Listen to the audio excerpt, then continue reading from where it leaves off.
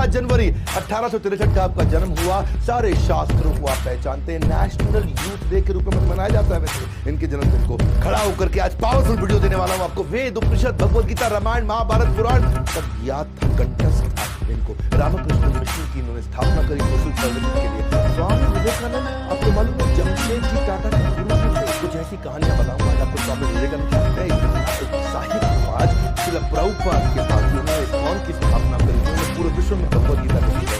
उनके अलावा स्वामी विवेकानंद जो पूरे विश्व में हिंदू, हमारे देश की संस्कृति, हमारे देश को पूरी दुनिया में पहुंचाया।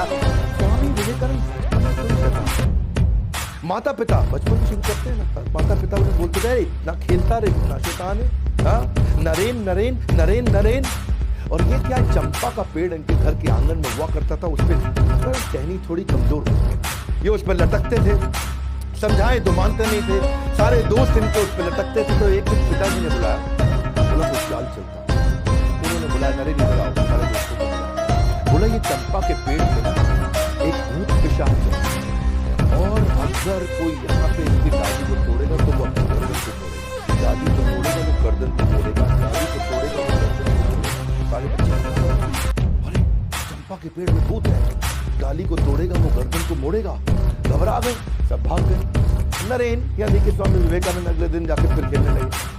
फिर जाके उसी पेड़ पर लटक गए। बच्चों ने बोला तेरी गर्दन को तोड़ेगा, तू डाली को तोड़ेगा, वो तेरी गर्दन को मोड़ेगा। स्वामी विवेकानंद क्या बोला,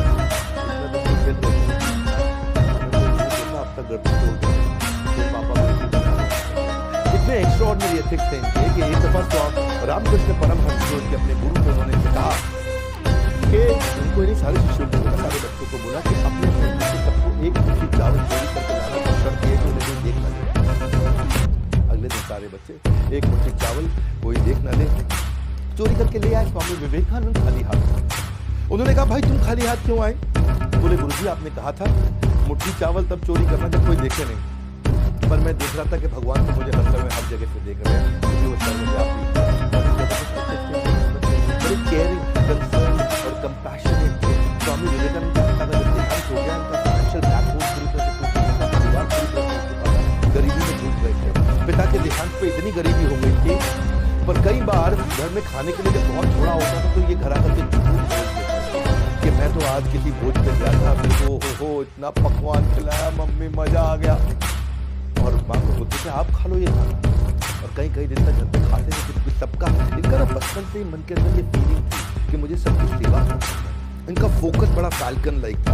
एक कथा तो मैं इनकी बता चुका हूँ कि पूरी से पूरी शादी की बारात निकल गई थी, ये पढ़ते रह गए, इनको पता ही नहीं चला यहाँ से बारात निकल गई, लोग पूछ भी रहे थे बारात गई, बारात कुछ नहीं पता चलता है। ऐसा फोकस नहीं था, इतना भयंकर फोकस। एक दिन ऐसा हुआ कि ये बेहोश थे अपने कमरे में। लोगों ने पूछा भाई क्या हो गया, क्या हो गया, क्या हो गया? पानी डाला, उठाया इनको, ऐसा ऐसा ऐसा ऐसा देते हुए, झटका देते हुए खड़े हुए। अच्छा क्या हुआ? पढ़ रहा था। तब पता चला ये 3 दिन 3 रात से पढ़ रहे थे। इन्होंने कुछ खाया नहीं, कमजोरी के कारण अचानक थोड़ा अनकॉन्शियस हो गए थे। हाँ, ये इनका नेचर, इनका प्रकृति इतना फोकस करता है, इतना फोकस कि 3 दिन 3 रात बोले मुझे खाना याद ही नहीं आया।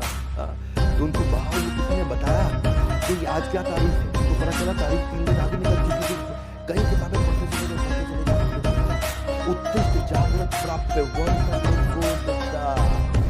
उठो जागो तब तक लक्ष्य के पीछे भागो जब तक लक्ष्य प्राप्त ना हो जाए। Arise, awake and stop not until your goal is achieved। ये स्वामी विवेकानंद का